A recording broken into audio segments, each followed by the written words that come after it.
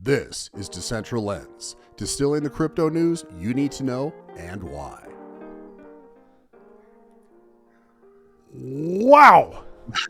Okay. I did a mic test disco and I already just completely blew it. Sorry about your ears. Well, what a day. The election's over. No more election ads during football. Disco, the first time I'm a little speechless. Please share your feelings.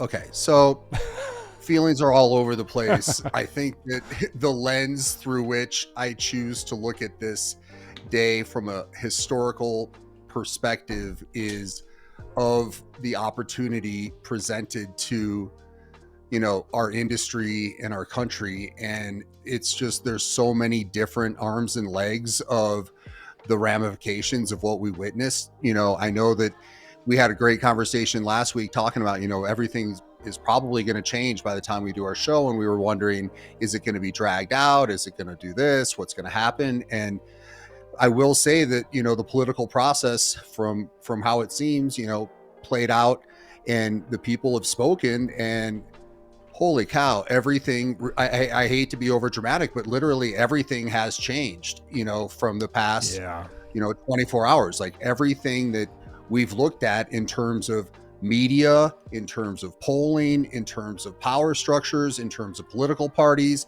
in terms of endorsements, all of that is completely, just been flipped on its head. And there's just a lot of different takeaways and so many different ways to kind of look at this, that I just look at it from a adventurer or explorer or someone who has genuine interest. And, that's kind of how I got interested in this space, was just this rabbit hole. There's so many different parts of this dynamic that are fascinating. And I just, I'm excited to be able to look at it from that perspective. I'm excited to be able to have closure. And I'm excited that, the process and the government, like the country, worked in a way. And there was some questioning about how things were going to shake out, how long it was going to take, everything like that. Right. But I just think we're blessed with at least the closure that we were seeking. And now it's like, let's go and let's figure out what this new landscape really represents, and get takeaways and hopefully just, embrace the opportunities of innovation and see where, our country can go with the reins off of the restrictions and really see what happens. And I just think it's a seismic potential change, at least from a decentral lens and a Bitcoin and crypto perspective. Yeah. So nice. We did the conclusion before the show. Now we get to get in all the details of it. But no, you're absolutely right. I mean, this is crazy because, we started this show just over a year ago, and, this is independent media. We're not paid or bought by anyone or any of the big kind of influencer groups or consortiums. And we just do the research where it takes us. And we've gone on a journey with everybody on our, crypto Twitter timeline, and it's been a freaking blast. But we've, I'm not ashamed to admit it. We both grew up in very democratic towns, very democratic households. And now, I'm truly an independent. There's things I like about the old Democratic Party. I think the new one was foreign to me. And there's things I don't like about both parties and politics. But from all the research we did in the last year, I gotta say, I feel like everybody in crypto, we were like on the 50-yard line for the last year, and you could almost see the mainstream media and really the Republican right media. You could see behind both curtains, and it's the only time where I've ever been super middle of the road independent, like looking at this and seeing the levers that were manipulated to do anything, especially on the Democratic side, I will say, to get votes. So it was a definite eye opener for me. And, I'll say on both sides to get votes, but now here we are. I listened to Elon last night. He had a Spaces while he was flying, I assume, to the Trump campaign to celebrate with these guys, or at least to see what was going to happen and hopefully celebrate. And I will say, just as a side note, there was people like, Elon, dude. And he was like, hey man, what's going on? Like, cause you'd be like, dude, come on, like just ask me the question and be cool. But he was like, I guess for the richest guy in the world, or one of them, who's furthered electronic cars and furthered so many things in this country. He bought Twitter. He fired a lot of people. There's a lot of controversy, but as dirty as our timelines could get, like freedom of speech won, and here we are. Yeah, I think that to go off of that, I think that it was a victory potentially for, independent media, which is something that we've talked about. And I'm not trying to say that, this show or, we're changing the world, but Right. in a way, the tactic that they took to use non-mainstream media and to go and, talk directly to people on different podcasts and do that route, they just kind of scooped, the mainstream media. It was like CNN, and, it was almost like they're in their own echo chamber to a degree where it's like, oh, well, there's no way that women wouldn't vote for this or this would be. So they almost, manifested their narrative, and they had kind of this hubris or assumption that what they thought, was going to be more important was going to prevail. Whereas, this isn't, a slink out close race. Like this was, a shellacking, and there wasn't a specific area of the country where he didn't outperform. So it's not like, oh, that was a glitch that, they got this. It was, Did he lose any swing states? He took Wisconsin, didn't he? Yeah, he did. He ended up taking it. Okay. Yeah, I don't know if they've officially called Michigan, but he's supposed to get that. But what was so interesting is if you look at, kind of Latino and Hispanic, like he crushed that. He's crushing all these different areas that people weren't anticipating. And, I just think that it's another big picture indicator of, God, you got to be so careful and smart and critical about what you digest and what you take as fact versus narrative and versus spin. And, I don't know, I'm rambling on it, but I just think it's such a fascinating, take. I was flipping through mainstream media last night, and you could just tell the tone change once it became kind of a realization, like, oh man, this is going, like, we are, we can't really force people to vote how we think they should. And it was just this moment of acceptance. And I think that right now we're sitting and kind of just surveying just the amount of influence that changed. And again, looking at it from a crypto-centric and Bitcoin-centric perspective, wow, the wheels are off. This thing is it's a huge impact. Yeah, there could be 20 shows just on all the impacts. I was down in Bitcoin Nashville with a bunch of friends in July, and he was obviously the keynote speaker, and he made a lot of big promises and said he was pro crypto, and certainly a lot of the people in his camp are pro crypto. I know Vivek is, obviously his VP Vance, I believe, has like 250 grand in Bitcoin. And you know what is interesting? It's cool that like if he had like 80 million or 100 million in Bitcoin, I'd almost be like, that would almost feel gross. Like to me, he's got like 250 grand in Bitcoin. I'm not saying that's not a lot of money, but I'm just saying, like, it feels like for retirement, or it feels kind of reasonable. I'm like, the guy's into Bitcoin, and he's got his little stash, for rainy day or for retirement. So yeah, this is just, it's mind blowing. There's just so many places to go with this. Like, where do we even start? I guess we stand by crypto. We look at the winners. I don't know. Or let's not even be, restricted by it, and just kind of absorb it. I think that one of the things that I find very interesting was, Trump was definitely not the favorite of, kind of the celebrity culture and everything. And you had, Taylor Swift come out with endorsements and all these sort of things. And at the end of the day, they were saying, oh, Beyonce's at this rally with Harris or Lady Gaga and all that. But at the end of the day, this strategy of surrogates versus celebrities, I think, is something that really played a strong role. And what I mean by that is having Elon, represent and really get involved and bring in unconventional ideas like the, $1 million and all that stuff like that. that was a new way to do things. And then to have RFK, kind of become a surrogate. And so I just think that strategy, as opposed to the Democrats, like, hey, we're going to roll out Obama and we're going to bring Beyonce and Taylor. Like, I don't know if that model is effective moving forward. And I think that we're now really going to look at the opportunity for potential third parties to really, kind of come up, or the Democratic Party is going to have to completely reinvent itself because it's completely proven that it's not resonating. Wow. Yeah, that's a really good take. So you say, I would say he ran his campaign like a well-oiled, like medium-sized business, not like a conglomerate where it's like all these divisions or almost infighting, but it's like a medium-sized company where they've got like 5 really good profitable products and they go out. So, this was run by like a corporation, right? Because Trump is at the top. He still said a lot of stupid things and certainly pissed off a lot of people, I think. But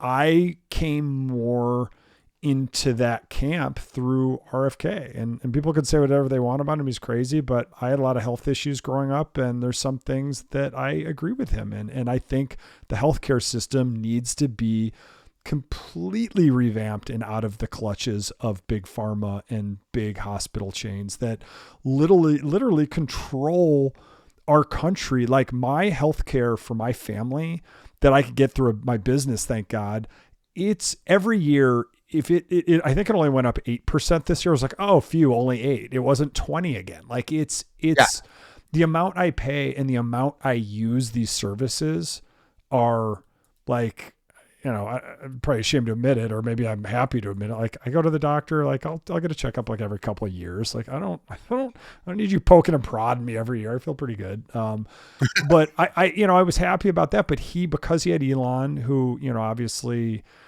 I like Teslas. I have one. I'm in his camp. I think he's innovating into space with Starlink,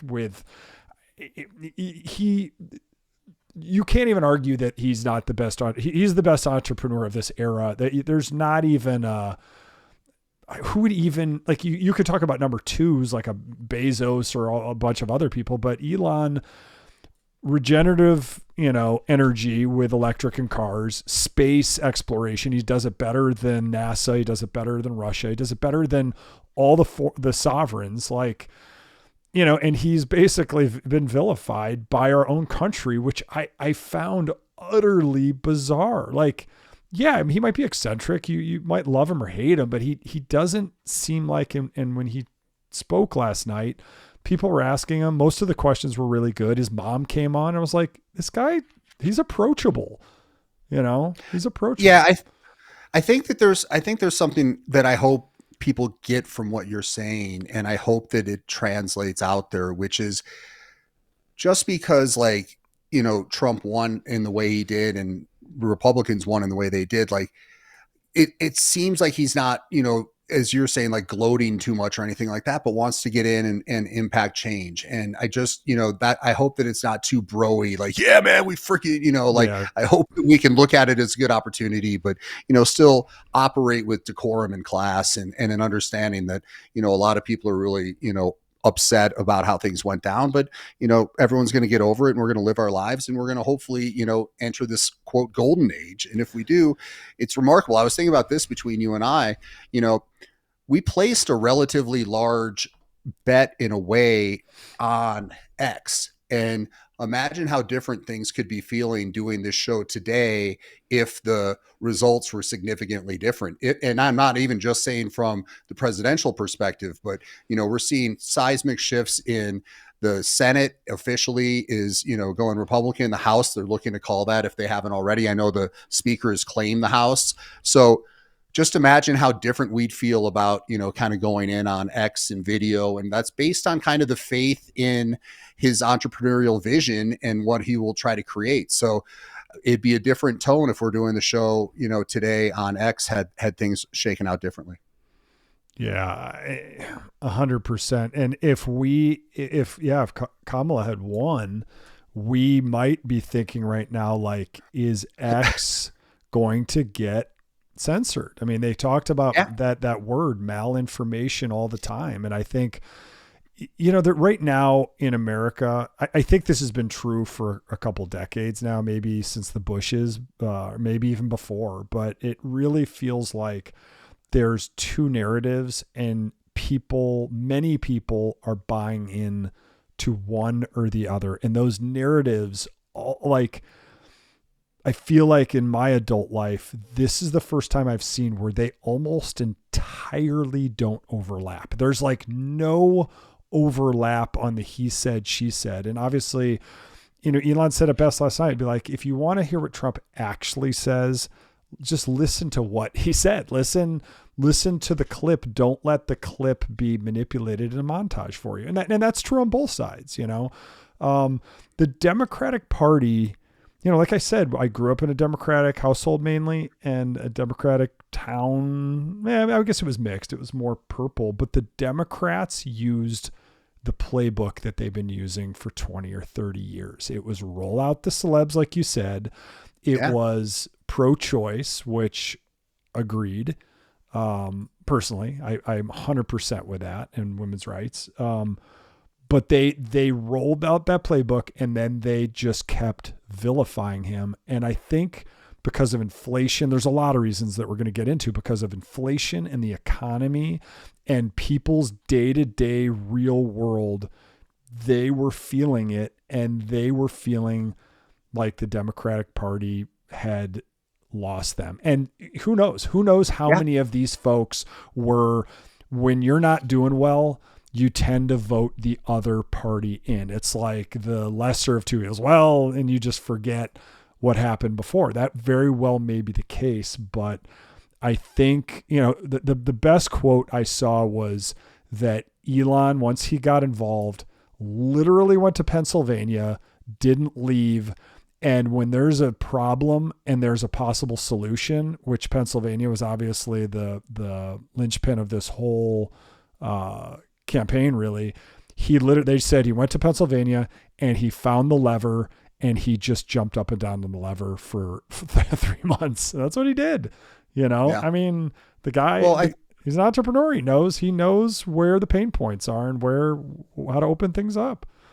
Well, knows how to read a room, right? And you just look at it, and I think that the big miss was, the stock market is, was at all-time highs and doing well and everything. So I think that it kind of shifted to this this assumption that people are going to realize the stock market's doing great, so the economy is doing great. But at the end of the day, if you're not enjoying the benefits of the stock market going up, you don't think the economy is doing great. And I think that was part of the big disconnect that wasn't traditionally, the Democrat of, that we were talking about 30, 40 years ago. It was like, okay, that made sense, but it almost became, kind of this elite economy. Like, oh, well, how can you be complaining? Our 401ks are up, but if you're sitting there trying to, cover, your monthly nut, and it's getting more expensive, you're like, I don't give a crap what the stock market's at right now. You know what I mean? So I think that was really not, and I don't think there was a very clear path to addressing, what was going on from, Kamala. I don't think that she outlined it well enough where people are like, okay, well, she'll execute this, and this. And, I think it really does go back to that freaking appearance where she said that she wouldn't change or do anything differently. So I think those words really probably were the ones that really locked this in, where it's like, no, dude, I'm going to keep going exactly as this was. Like, no matter what, there was an opportunity to fine tune, to tweak, to iterate, to get better. And I think that opportunity was really missed. And I think that may be a lot of why we're looking at what we are today. Yeah. I mean, the Democratic Party is, I've seen early things. They're blaming Biden, which, like, fine, but there's some soul searching to do here. You just lost, basically. I believe the Senate was already lost. The House is probably going to go. So this is 100% red. And the last person to have full House, Senate, and president, I believe, was Obama for the first 2 years of his first presidency. That's when Obamacare got pushed through. I assume Reagan had it for Republicans. I don't think Bush ever had it. So, I mean, this is crazy and unprecedented, and creating that hierarchy of ambassadors to go out for you, I think worked hard. And, I don't know if I'm putting the cart before the horse, because there's a whole section on this. Crypto, by far, just dominated this Yeah, let's look at it. cycle. Look what Jake Chervinsky said. Crypto industry raised more dollars for candidates in this election cycle than oil, gas, and the pharma industries. So think about it. Pharma is so entrenched.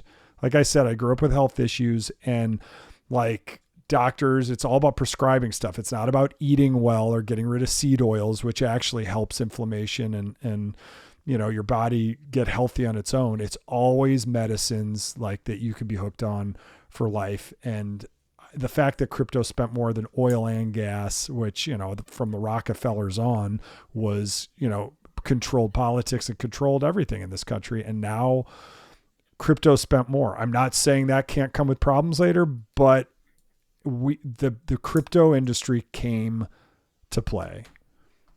Yeah. And, I was looking at it. Coinbase, was involved with the stand with crypto and really, kind of focused on that. Today alone, the stock is up $61. So 31.5% in one day. So what we saw was strategy and kind of an acceptance that, hey, if we're going to be taken seriously, we got to integrate within this political system and start playing the game. And geez, like if this is just like kind of the first effort of this, you get into midterms, you get into things moving forward, and you look at just the complexion of the legislature, like we're going to see just incredible things in the future that I don't even think we can understand, what the ramifications can really be with this sort of support. Yeah, absolutely. So let's go back to that great page that you found for us. So so people know impact. Obviously, we know that this was a Republican sweep. Just go on and you read this. You dug up this research, and this to me, because I was busy the last day or two, I didn't catch any of this. And when you said this morning, I was like, wait, what? You're like, dude, save it for the show. So I am passing the baton to you. Just tell us how seismic some of these wins were. Yeah. Well, first of all, I think that not enough people are talking about the headline for the overall race, which is Trump's won the popular vote. So like just sit on that for a second and understand like how nobody thought that was going to ever happen, and so that's just indicative of it. But then when you start looking at, okay, we understand the presidential side of it, but let's look at what the impact could be in terms of, the House and the Senate and just the complexion. We now have over 257 people in the House of Representatives that are earmarked as being very pro crypto candidates. So just look at that. They're going to be able to get legislation through all these bottlenecks that we've been facing and saying, oh, is something going to get passed? Who's going to stop it? The entire power structure within the decision making of both parties is now leaning towards having to tiptoe and cater to crypto. You look at the Senate, now you have 16 pro crypto candidates. So there's just nothing that can really stop this. You have Bernie Moreno, who's, a lot of people talked about this Ohio race, and, he was a pro crypto candidate. He's always been, a businessman, everything. I believe he owned car dealerships and was tied to tokenization of titles and stuff like that. He knocked out this Sherrod Brown guy that's been in there forever. He's strongly against crypto, and he's like the head of like a banking committee. So it's like, those sort of impacts and changes are what's going to just hopefully just grease this road. And we're just going to see such incredible, read that statement, go down a little bit where it says Bernie Moreno, I will always fight for innovation to flourish here in America. So look at who he goes after. Radical liberals like Sherrod Brown, who he beat, and Elizabeth Warren, who are uniquely unqualified to regulate crypto, put America first. Like you couldn't ask people to parrot more positive, statements about this industry. Yeah, forever politicians like Sherrod Brown and Joe Biden don't understand the first thing about crypto and are totally unqualified to regulate it. They're obsessed with destroying crypto because they hate American innovation. So obviously, political bents, but he gets an A for crypto. Sherrod Brown gets an F. And, for any of our friends listening who aren't into crypto yet or who are just like kind of wondering what's going on, like a new financial system is kind of the goal here, or at least to have like an immutable financial system at its core where the money printer of the US can't just deflate inflate like our savings away for, not only for us for retirement, but for our kids. And that's a big part of it. And, the tipping point for me again was a lot of the lies that Elizabeth Warren told. I used to be a huge fan of her, Disco. Like when she used to fight the banks 10 years ago, I may have even voted for her in a primary, for president back when she was fighting the banks. And now I'm like, now her anti-crypto policy was written, and the guy was bragging, her chief of staff said it was written by the banks. You're like, Yeah. so you can't put two disparate pieces of information together and add them up and make sense. And, I don't know if she always was kind of shady or if she just slowly gave into the big machine, but whatever she did, she was anti-crypto and she was super pro banks. And, that's where I am not. I think banks, they've had the run. Now I'm not saying it goes purely to owning your, holding all your keys in your wallet. That's what I prefer to do. But we need to go to a new system where you can off ramp off inflation if you think you can. Just having that option of a digital gold, I think is to me the first and foremost use case for the next 10, 20, 30 years. Yeah. And then you start, as I say, I keep, kind of alluding to what can happen and what we can see. And that's been, something we've been talking about for the show for so long. But you're looking now, 2 hours ago, Cynthia Loomis threw out an all caps tweet saying, we are going to build a strategic Bitcoin reserve. So now that the president has leaned towards that or said that, now you have senators, and now we have the Senate being pro this, and we're going to have the House pro this. Like, there's literally the US government's going to start, a Bitcoin strategic reserve, and let that sink in. Like, that's not just campaign talk or, hypothetical. Yeah, dude, that would make sense. Like, it's literally going to become policy, and there's nothing that can necessarily stop it. So I think, let's get to why the number's not higher, frankly. That's the only thing you'd wonder. Yeah, it's funny. That's exactly what I was going to say. How is Bitcoin only at 75? So, I just zoomed out to max so you can see for the first, like, this only goes back to 14, but you could see the big peaks in 20 and then 22, and then it came down, and this is where you and I joined forces. But now we're hovering up here, and we have broken. I mean, Disco, we can officially say, I know we tried to do it 2 weeks ago, but 75,391 is an all-time high, correct? Yeah, of course. Or if it wasn't, it was 10 minutes ago at 75. I think it got to 75.5, but 75 is the new number. And, all of crypto's up, but I don't get how I don't get how everyone's just not pouring in, but I think it's still early, which is insane to say because crypto just won. We just showed you crypto won the voting polls. The Democrats went against crypto, and I'm not saying that's the only thing that burned them. They had an old playbook and the same old political playbook and making the Republicans just like evil, awful people, which there's unsavory things, but like it was the same playbook is the point. And now like they went against crypto and the people in crypto who saw how they were being treated and the companies in the space who are being treated. There's a lot of shady grifters in the space, Disco. I'll be the first to admit you and I try and take the high ground here, but there's a lot of good people. There's a lot of good artists who have made careers here.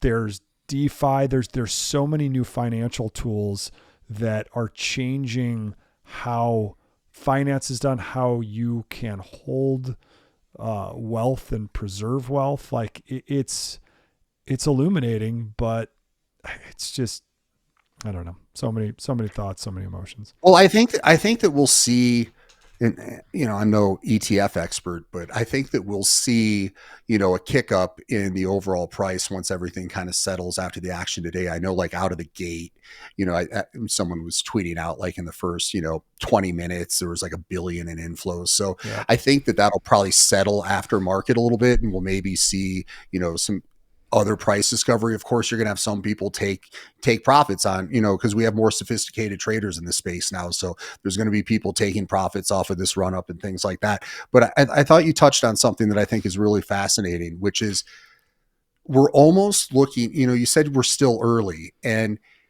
I think that somehow stand with crypto and the PACs and everything got the influence to get what we wanted out of it, but we're not getting the headlines out of it. You know what I mean? So it's not the big story that, oh, crypto, but it's like, but don't look behind the curtain because crypto legit pulled this off. Right. So we may still have another little, window of opportunity to front run a little bit, which is, me being super bullish on it. But we know that the infrastructure in terms of political support is now in place. And we know that there'll be an administration in like 60 days coming in. And we were talking about, what's going to happen the first 100 days, what's going to happen in the first 100 hours of this, and how quickly is this going to, come to the forefront?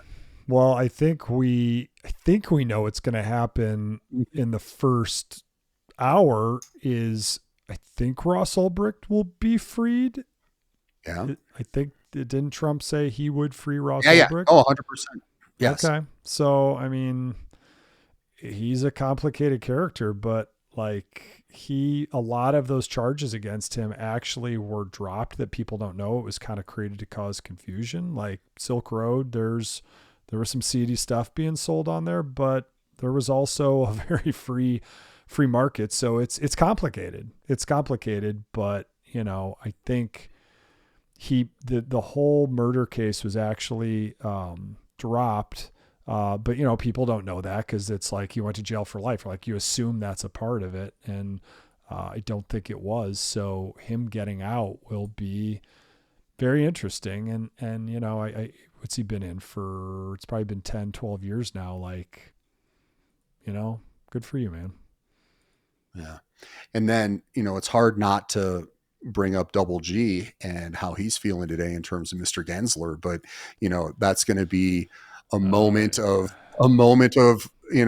at least some celebration for all of us that have been just so sick of being at the whim of him, and I believe the scuttle is that Hester is shortlisted to kind of get named. And, remember we were going through just some of her comments and what she was writing on these different decisions, and to have her in the mix at the helm is just, that's a sea change in terms of openness and opportunity for our industry. Oh yeah. I mean, Hester has been her dissents and how she articulated her views generally on the dissenting opinion for being in the minority as it was enforcement by fines, basically, right? And Wells notices. And I cannot think of a better person, and how she was so eloquent when she probably was so frustrated with the lack of innovation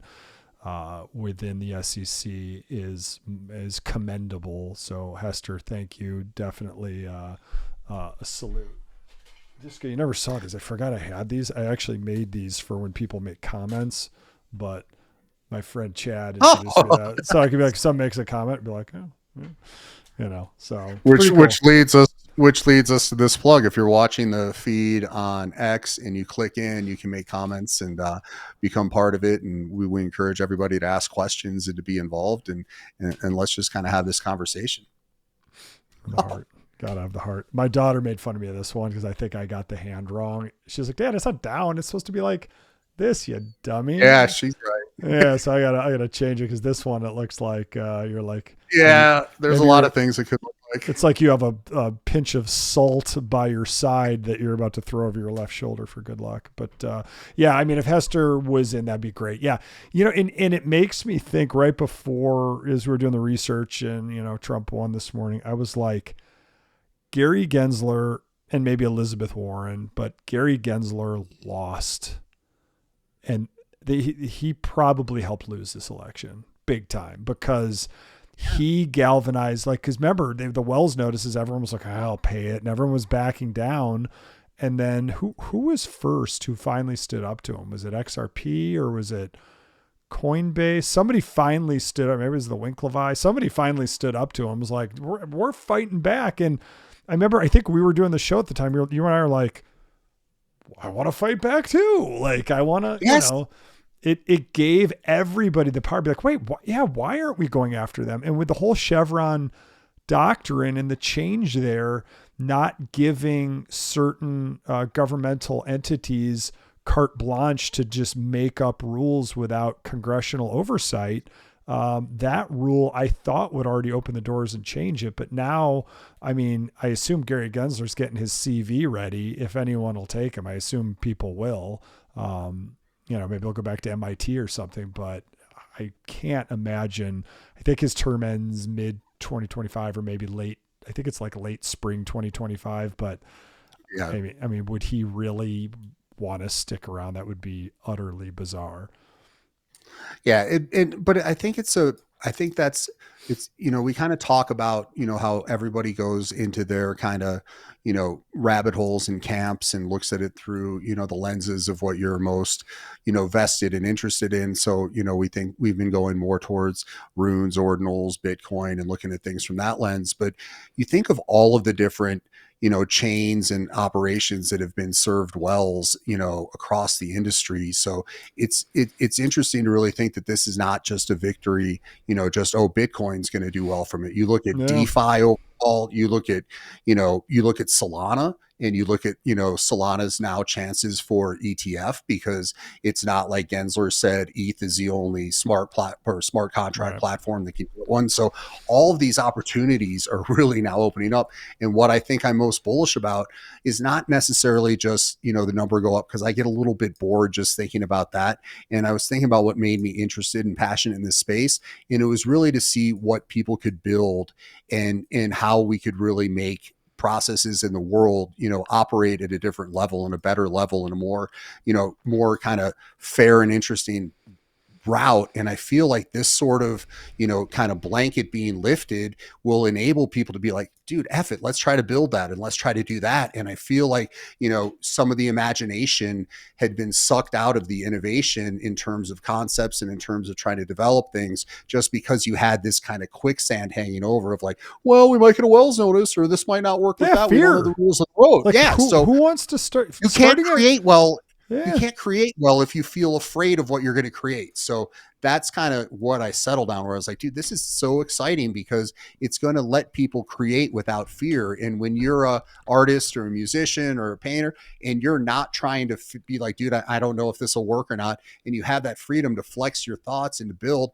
I'm just so excited to see what this next wave of builders come up with, not feeling kind of the shackles of being afraid of, oh, we're gonna have to move out of the country, or they're gonna seize us, what the hell is gonna happen. So am I gonna go to jail for what I did? Creating something that innovates, right? And because there's software, it's a fine line, and I think where a lot of the encroachment came was penalizing the software makers for every instance of how it used. Because if that was the case, then every social media company would be in jail. Anyone who created a platform for which other things could be created would be in jail for life, right? So why is crypto any different? If you create a DeFi ecosystem where people can create coins or whatever, like, should you be in jail? Or if you do want to have more privacy with your money, just like we used to with cash forever before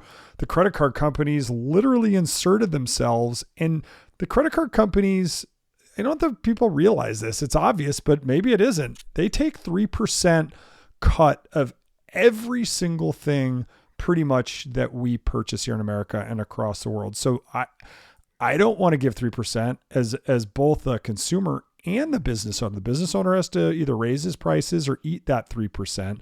Like a company that simply provides you a piece of plastic to process that was getting hacked all the time. There's one year I had to replace my credit card 5 times because the number just gets out there. You go to a pizza place, it gets out there, it gets hacked. Apple made it where they would scramble it with Apple Pay. That was the genius of that. But otherwise, I don't want to pay 3%. I remember for my company, one of these companies was like, hey, we'll do direct deposit for you. It was a client I had forever, and they hired a third party to do it. And I was talking to them like, oh, great. Here's my bank info. And they were like, yeah, there's a 2% fee. I'm like, send me I can cash a check for it. Like, is it worth it for me to get an extra 2%, like what I deserve, or give you 2% because I'm lazy? And you're like, no, like these services are ridiculous. So anyway, I digress. No, but I think that theme or the question you or the statement you made is something to dig into a little bit, which is it's obvious, but it isn't. And I think that that's kind of, what happens and Mm, what we're saying. Like, it's obvious to us, like, dude, this stuff's going to pop and right. we're all going to be very, happy about this transpiring and where things are headed. So it's obvious once you're clued into it, but there's so many things that distract people from actually being clued in that it isn't obvious. And that's just, I know it's kind of an esoteric statement, but there's just so many people that aren't interested in seeing, kind of any of the underpinnings or any of the layers of things, and just want to look at the superficial level. And I think that that was a big wake up call that happened across the whole world last night was, dude, what was obvious and how is this going to impact things? And as I say, I just think we're going to enter an opportunity era where people will be able to create without fear, and the tools that we've already seen get developed within this space, there's really no limit to what can happen, when we start to see that utility. And I hate to say it, I know it's such a cursed on term, but seeing utilities come to life moving forward is what's got me super excited. When you say utilities, like what do you mean? Just like the Just think, utility of a okay, more streamlined financial system, like a no, Uniswap or a to a Lightning? degree, to a degree, but just an opportunity to look at the pre-existing solutions and make them better. So, we were talking about, in the beginning, we were talking about like the music side of things. It's like, I want a Mhm. better freaking ticket system and a better ticket stub that's a freaking digital artifact that just makes this better. I want to, buy Right. property and have, all that come to life where I have a real, it's like I don't have to like go and sign 19 sheets of paper and be like, where's my title? Like, just seeing all the promise that got me so excited when I first got into the space, seeing that start to actually come to life. And I don't care if it's, underneath and people don't really realize that blockchain is underneath it or whatever the technology is. But I want to see this next evolution of technology out of the Web 2 into the promise of Web 3. And I think that what happened last night is a huge, opens the pavement a little bit where now we can start seeing these things come to life without fear. Yeah, certainly a lot of innovation is going to happen because, starting a company is hard enough as it is, even if you have VCs and backers. But starting a company, you're already afraid of failing and your mind and your body are working on overtime. But to have the fear of like punishment when there was no clear guidelines, I think that was the last straw for everybody in crypto. And, it was awesome of the companies to galvanize and finally fight because it empowered all of us to galvanize and fight with them. And we're not always aligned with the companies that we do business with or the certainly the big financials like BlackRock, but right now there's BlackRock came in and our little dirt road that turned into a nice little paved road that we all made as retail investors. BlackRock came in with an asphalt machine and a 20 steamrollers and literally made a 16-lane highway. And right now we're flying down that, and the Trump win last night, like we're flying down that highway. Now we see, do we all go together? Do we all diverge? And where does the innovation happen from? But thank goodness, I think we know in this space now the innovation is going to come. Yeah. And again, that's what's so exciting. As we're talking, Bitcoin's going up and up. So I just think we're in a short window of, kind of seeing the dust settle. But I do think that, we've talked so many times on the show about just, the inevitability of it. And I think that, we're going to see that in a shorter period of time. And I think it's interesting to think about, how do all these different, entities play out. Like, how's Ethereum going to benefit from this? Is it going to rocket like it could have, or is it still going to be muted? Is it, Solana's real opportunity to kind of, jump above and secure that position? So there's just so many different things that we can dig into and look at right now. And it's like looking at everything. It's almost like switching to a new chapter or, reading the next, the next sequel, because we're pretty much at a BC 80 in terms of everything's different now. Yeah, interestingly, so 24 hours Bitcoin is up, 8.9%, Ethereum 10%, and Solana 14%. If I had to guess, I would have said Ethereum would have been the lowest of those, but Ethereum's obviously been behind now. And like you Yeah. said, this is, I wanted the title because I want everything to say Bitcoin on it. But you're like, no, this is a win for crypto. And you know what? You're right. And Ethereum, that helps Ethereum too, because that chain clearly has been struggling. Clearly there's been infighting. Clearly a lot of the big entities like Consensus and MetaMask, like they're getting along in the tooth. They weren't that great anymore. And a lot of people left Ethereum to go to Bitcoin. A lot of new people never came to Ethereum, and they're heavy Solana, right? So we talk about that all the time in the show, but this tide will certainly lift all crypto boats. Now, does that mean we have to be more vigilant than ever to figure out where the scams are? Yeah, it will probably be. I mean, our guess is it'll be looser. And, Disco and I are all about, it's like stack sats. And you and I have had that message for a while, especially with all the meme coin pumping. And I'm sure, but my timeline is filled with meme coin pumps, and I love a lot of the people who do it. But at some point you're just like, I don't know, like the big picture with stacking sats and watching Bitcoin go up in the next couple of years just seems so obvious to me. I don't see ETH outpacing Bitcoin. I could see Solana outpacing the growth of Bitcoin just because Solana's base is so much lower with an $88 billion market cap compared to a $1.5 trillion market cap. Yeah. So, I mean, that's big news right there. That's a 1.498 trillion. It's almost at $1.5 trillion market cap Bitcoin is. And one other little interesting thing is where is it? No, there it is. Assets. I love this chart. Assets by market cap. Gold valued right now at 17.9. So 18 trillion for gold. Then you go way down to Nvidia, which is market cap of 3.5 trillion right now.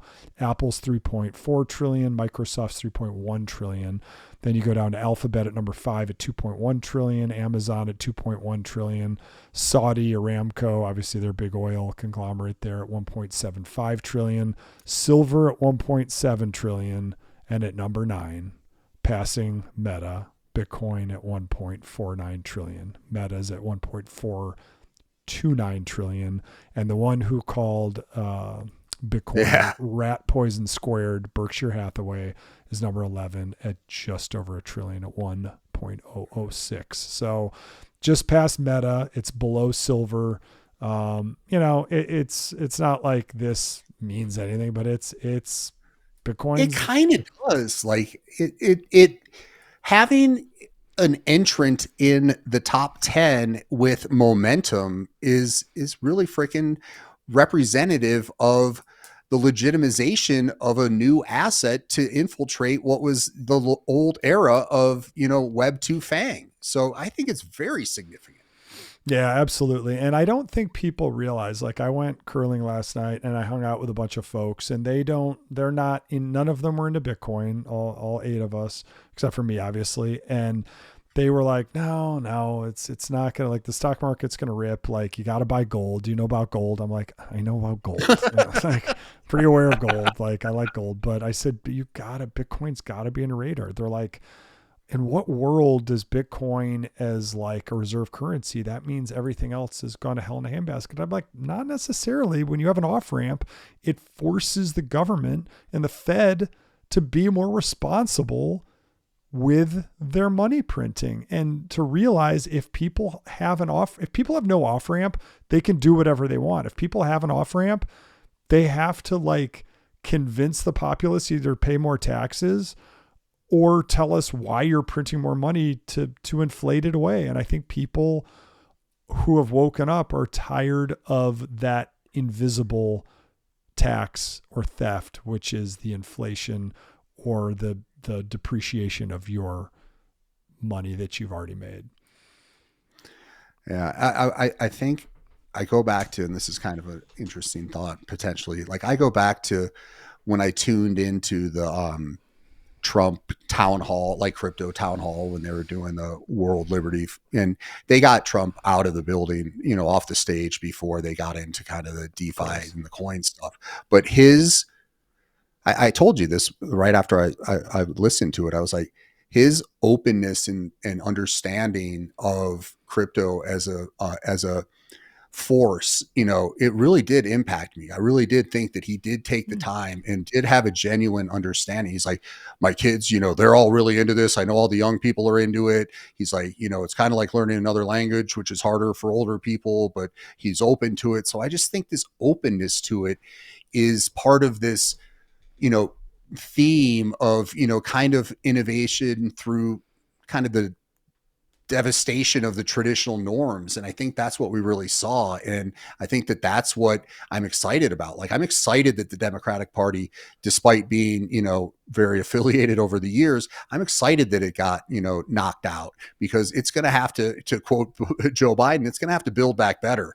And, we're going to have to see incremental significant change and an acceptance of what we're doing hasn't been working, instead of, oh, don't worry, we'll just get Barack out on the trail, and he'll be able to whip people up and get everyone excited. I don't think it's incremental, Disco, not to interrupt you, which I did.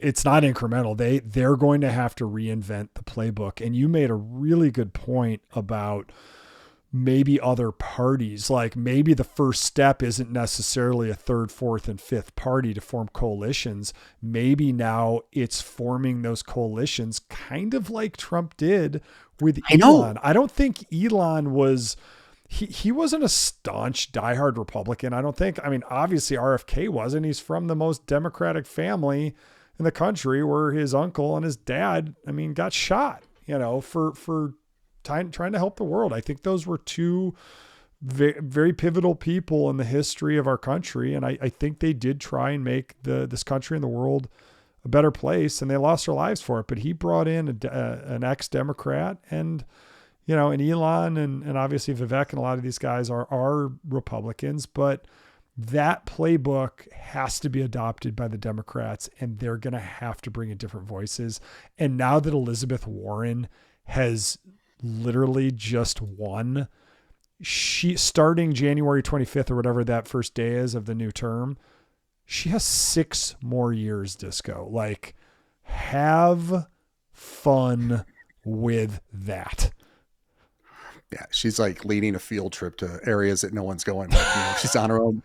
It's like, hey, come over here. It's like, no, no one's listening. Dude, like, 6 years. I was just on the board of my town, and I loved it. I'm just finishing up in 4 months. I was 4 years. It's a long time. 6 years it's 2 more than 4, Disco. I'm doing the math for you, but it's like, she's got no base anymore. Everyone's going to abandon her. She's totally got to pivot, or just like ride this last one out. Be like, oh, what was I thinking? Like, should have retired. Yeah.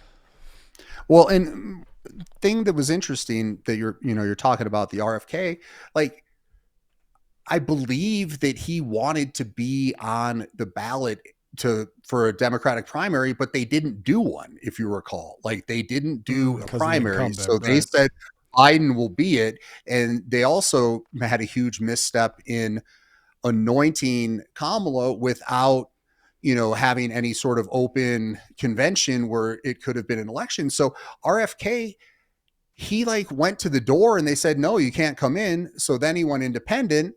And then he also tried to communicate to Kamala as well as Trump. And Trump's like, yeah, get over here. We get it. And they're smart because, it's too early to really dissect where all that went. But if we're looking at the theme of what we're talking about, you're opening up other coalitions to come under your banner or your tent, right? And it seems to have really paid off. And I think that they're probably sitting there now like, dude, maybe we shouldn't have shut everybody out and just been total insider trading. Like, no, Biden, no one else but Biden. No, this is who Biden, So just the lack of openness, I think, is really going to be what needs to be blown up over there.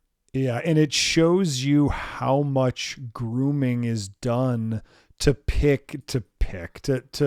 put forth the perfect candidates. Now, Kamala obviously was chosen, I have actually nothing against her, but she was chosen because she was on the ticket. And if you're not on the ticket, all the fundraising money that you got, you technically have to return. I don't know if there's a loophole to get around that. I assume not.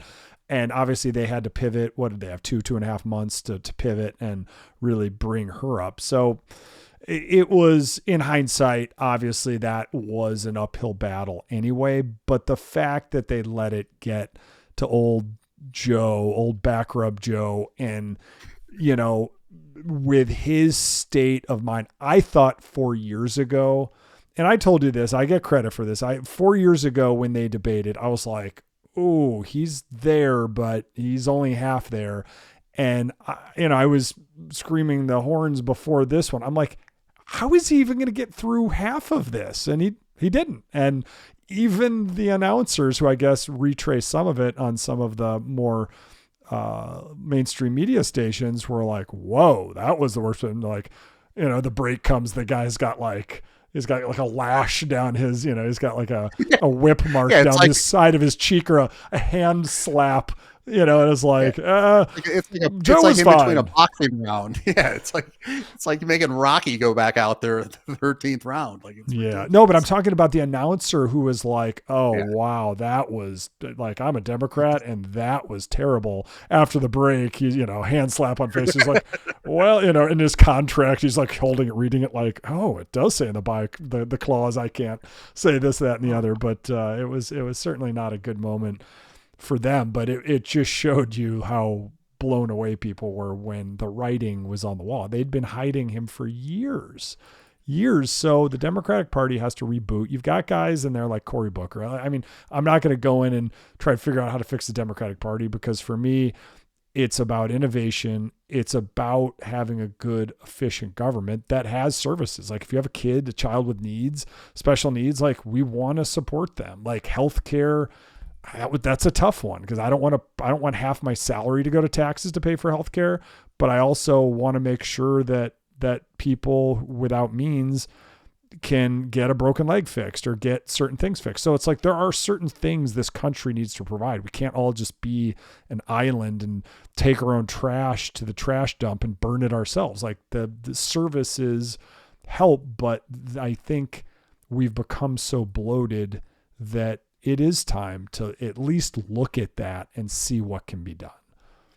Well, I think that the Democratic Party has to bite what was so hard for people to, put into a bucket in terms of Trump being a total outsider coming in and then being the leader of the party. And it was whatever he said went, and people were like, why are they going along with him? I don't see how the Democratic Party can move forward unless they have outsiders come in and assume the leadership, or else it's just going to be, the example of Joe Biden was a career politicians. It's like, I think that potentially the days of parties being led by career politicians, I think those days are over. I think that that's what this really signified, is that there is so much frustration in this, just keep it as it is. I don't think that resonates anymore. And I think that that's the big sign that we took. And, so for them, they got to find somebody not within the system that can align and that can lead. And, you had Cuban floating around and that stuff. It would have been a much more interesting election if it was Cuban versus Trump as opposed to Kamala. Oh, God, Cuban. No, sure. I'm just saying. No, I know what you're saying. It's just like, no comment there, but your point is well made. But I mean, let's just show it. Trump did better with Black and Latino voters, the African American voters. He actually, it's not like he won it. He just did slightly better, but those little, he just like, he shaved little pieces in different places. Latinos, he did way better. Young voters, 40% was 33%. So still not the majority, but a whole new slew of them, 7% more went to him. And that's why, you said this wasn't like a Reagan landslide, but it was, he got just enough points, 51, 52%, which I know in voting is considered huge. So maybe you're right, but he got him in the swing states where they played the game. Michigan and Wisconsin, I guess 5% of the young voters there he got. So there was a swing there. He lost a lot of the 65 plusers, which is interesting. And that's kind of like when I went out last night, stayed out way too late, but I heard a lot of the older folks, even old, like middle of the road Republicans were like, no, like he's lost us. But this whole new young crop they got, and I think that's what mainstream media either didn't see or ignored, trying to manipulate and say like, oh, it's a close race. And they had no idea, because how do you even do exit polls anymore? Or how do you do pre-canvassing? Because nobody answers their phone anymore. Like you call their landline, they're like, dude, the number you have reached was disconnected 10 years ago, dude. Like you're not going to connect to them here. In a cell phone, you're like, don't recognize the number, block, and then once they leave the message, you're like double block. And then you never even see it again. So it was huge. And a lot of people attributed in the exit polls to economy and inflation. If people aren't, circular argument, if people aren't feeling like they're doing as well, they're going to vote for the other candidate, even if that other candidate was fairly bigger than life bombastic in his first term, right? Yeah. If you just went down all of the assumptions that were broken in terms of what he overcame, you had felony convictions, you had multiple assassination attempts, you had, all these ongoing cases, you had January 6th, you had the entire media structure, hammering against you on a daily basis, calling names and everything. And the dude just kept showing up, and he never gave up. And I may come across like I'm glazing him or whatever, but I'm just saying there are some lessons there in terms of perseverance and in terms of sticking to who you are. And, I couldn't believe, that just how iconic and fascinating that whole, how he got right back up after he got shot. And, his instinct was just to go fight and fight and fight. And I just think that is something that we'll look at for a long time and be like, there aren't many people that are built like that. Yeah, absolutely. So I'm trying to zoom this in just so people know Bitcoin has crossed for the first time ever $76,000. So, people are agreeing with all-time highs. I wish my ETH validator, apparently to unlock it, it takes 18 hours to unlock it, but then 17 days to actually get the payout. So I wanted to bring a little more ETH, but I guess the only good news is ETH. It's not like they didn't get to join this party either. ETH is up 11% in the last 24 hours at 26.93. So, they're all looking good. Solana again's 188, so they're up 14% for the day. So 9 days out of 10, when ETH goes up 5%, Solana goes up 7%, right? And 2% a day up and a little less down per day is you're gonna start really beating that number 2 ETH. That's interesting. So ETH's a $42 billion market cap. And Solana's 11 billion. So it's almost a 4x. It will be interesting to see. I would argue, at least from what you and I see on the meme coin side and the NFT side, I could see Solana being half of ETH, or dare I say, could Solana even flip ETH? That would be a weird conversation. It'd be really weird. And just from another perspective, like maybe, we kind of said it's obvious, but it isn't. And maybe that's where crypto is, today, because I think, frankly, the number should have gone up more. But just a quick market report on stocks, like the Dow is up over 1,500 points as I speak, and the NASDAQ's up over 500 points. So maybe that's getting some of the initial, kind of money going in there right now. And I think that we're going to have some opportunities to be able to get in before it just moons too quickly. Yeah, Tesla's up 15%, as you would expect if Elon put all his eggs in that basket. I don't think that was his intention to be like, oh man, my stock will go up 15% the next day, but it certainly puts him in a pretty good spot to be inner circle. United Airlines, don't know why they went up 9%, but I always thought those were like buses on wings now. But yeah, so there's a lot. The NASDAQ's up 3%, Dow Jones 3.6%. Alibaba, I don't know why that's down 3%. I don't know why that's in here, but yeah, because of China and the tariffs. Policy towards China, yeah. Okay, so we know exactly why it's there. So I guess this was all pretty predictable. And now it hasn't even been officially called, but we're already seeing what the capitalist market thinks of a Trump presidency. Yeah, I think that one thing we could talk about a little bit is, as you just said, like it turns out that Polymarket was a pretty accurate predictor. And, there was FUD kind of going that way. Like, is it manipulated? Is it a true? But sure as, I mean, if you really look at how it played out, like it hit the numbers pretty incredibly well, a hell of a lot better than, CNN, MSNBC, and, all that stuff. They were so sure that it was going to be tight, and they were low key acting like, yeah, and the women are going to tip it, so Polymarket, it's got to be feeling pretty interesting today. And it was a clean contract because it was like called the next day. Yeah. Yeah. And Polymarket, just even last night, like it kept flipping up. It went to 71, then 72, then 74. And, and I was listening, like I said, first to Elon before he got off the plane to join Trump's campaign for the party and all that stuff. But then I listened to Mario, and, basically those guys had, they were looking at all sorts of, 529 and all the internal wires and stuff. But they were also saying, one guy was at the Trump campaign and he's like, a lot of congressmen are starting to show up on site here and they look chatty, so like, obviously some of it they're seeing exactly the same stuff, but they probably also, through their Democratic or Republican parties, probably in different counties and stuff, they're talking to people all over the place. So there's also like the phone tree of information that's getting fed. So, I think I texted you, because I always have to try and get my thing in early, but after we had our conversation, I was like, I think it was like that was only like 40 minutes later, because I think I was driving to curling and I was like, T's going to win. I think this is a foregone conclusion. Like, yeah. And that was right.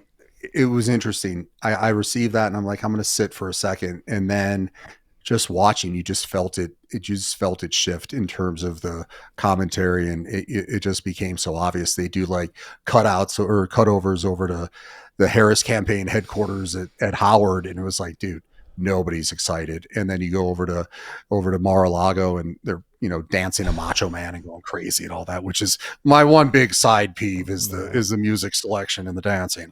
But you could tell there was a vibe, and there was a sense of, inevitability. And I just think there's just a spirit of, let's do everything we can to really push this thing forward. And regardless of how you voted or where you feel, like we do have to come together. I've been so over just the dividing and all that. So at least let's just celebrate that we're in a new era, a different chapter, and let's root for it to be the best it can be. Yeah, absolutely. And you made a good comment. I don't know, it was last show or we were talking offline, but you were like, I wonder with Polymarket, like after the election, what are people going to talk about? And I was like, yeah, what are they? And now I'm like, they're going to be just fine. I mean, look at this. Who will be inaugurated as president? Trump's at 90%, 96%. Kamala's at 1%. Obviously, that's pretty much done until it gets officially announced. House control after 2024 election by Democrat, 1% Democrat, 99% Republican. Number of Republican Senate seats. So we're still having that, but now we get into, is he going to end the Ukraine war in 90 days? For right now, 47% chance yes. That's almost 50%. And it's not even officially him yet. What are some other big ones on Trump nomination to RFK Jr. to cabinet? Right now, it's 69% yes for RFK in cabinet. I would probably vote yes as well on that. Will Biden pardon Trump? Interesting. Like these are fascinating. It says 7% yes. Like, that one's interesting. And that one's also scary from a democracy, because like, if he does, then he's basically like, okay, they're not going to come after me. But then again, Biden's kind of half in the bag anyway. But yeah, what are they going to get? Right, exactly. They're just going to get like a empty mind and a soulless body. What will Kamala say in concession speech? It's not over, 39%. Thank you, 5+ times, 92%. Trump, 92%. Trump 3+ times, 62%. Democracy 3+ times, 82%. That one, I would take democracy like 7 times. Like that, she's going heavy on that one. Vote 3+ times. God, 64%. Doug, Biden victory. Blah blah blah. So it's fascinating. Who will he pardon in the first 100 days? Himself, 13% yes. Ross Ulbricht, 83% yes. January 6th protester, 77%. Diddy, 6%. Dude, please do not pardon Come Diddy. on. Sam Bankman-Fried, 6%. Yeah, don't. Hunter Biden, 7%. I'd give that a 1% or a 0. Steve Bannon, 56. Blah blah blah. So the next fascinating. Who will be in the administration? Elon, 71%. RFK Jr., 88. Ron Paul, 57. Bannon, 30. Vivek, 72. Trump Jr., 31. Pompeo, 92. Nice. Jared Kushner, 45. David Sachs, 22. Jamie Dimon, 12. Blah, blah, blah. So, yeah, it's fascinating. Yeah. Will he sign a national abortion ban in 100 days? 7% yes. So 93% right now are betting no. I think I would bet no. I just think that what we just did on this exercise is going to eliminate the jobs of so many people that are part of the media complex as, analysts and data analysts and, they got a good take on what's on the street. Like they were all wrong again. And how many times do we have to have, these consultants on, shows and pedestals? It's like, oh, well, I'm hearing on the street. It's like, no, you weren't right again. So I just think that whole cottage industry of the folks that sit around the round tables and pontificate on their views and experience, just go to Polymarket and read through it. I guarantee that'll be a better indicator of who's in the administration than watching like 5 to 6 different, groups of 6 people talk about who they think will be in there. Like, I just think news has changed. And I think that's a big outcome. Well, at least use it as a data point, like which we do, which all the good shows now do. And I think that's where X and this show and independent media is innovating. Like Elon always says, like the beauty of Twitter X is you can go right to the source. A lot of people they don't need to do interviews with mainstream. They don't need to get on the Squawk Box. They don't need to get on that douchebag show, the money guy, what's it, the Top Signal guy. Anyway, they don't Kramer. need Kramer. Yeah, thank you. They don't need any of that stuff. They can, if you have a big enough following or friends with big enough followings, you can say it in your own words, or you can have someone or hey, if you're a big name out there or a small name and you have a good idea, come interview with us. Like we'll ask you fair, honest questions and we dig deep, and because we want to understand things. So come on this show but there's a seismic shift that's probably now going to happen. I don't know what's going to happen with YouTube now and Facebook and the standard social media. I couldn't even venture to guess, but I can guarantee you Twitter will certainly stay free. Hopefully, and that's freedom of information and freedom of speech. But hopefully the algorithms don't just favor meme coins and spam and all that crap. It really is what people like and their attention. Unfortunately, sometimes that is the lowest common denominator, gambling and just trying to make money and trying to get ahead of everybody else. But, at the end of the day, like we're all going to die. Like, yeah, we all want to make money, but there's bigger fish to fry and there's more important things to talk about like this.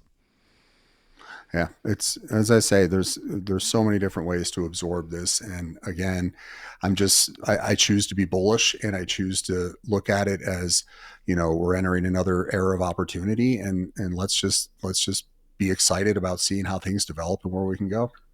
Yeah, absolutely. So nothing on this show, nothing is financial advice. This is for entertainment purposes only. We are independent media.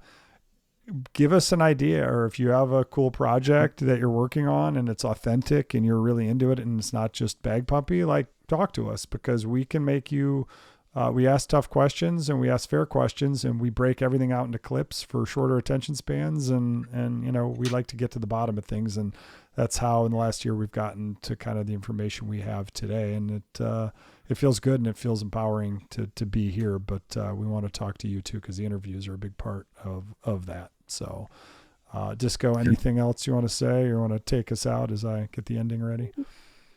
Well, I'll just say that we're entering a phase of discovery for the industry overall, and let's continue to embrace the education and the exploration of where things stand and where things go. And I'm certainly excited to see what this industry can do to really make fruitful and impactful change. Absolutely. Take care, everybody. Till next week.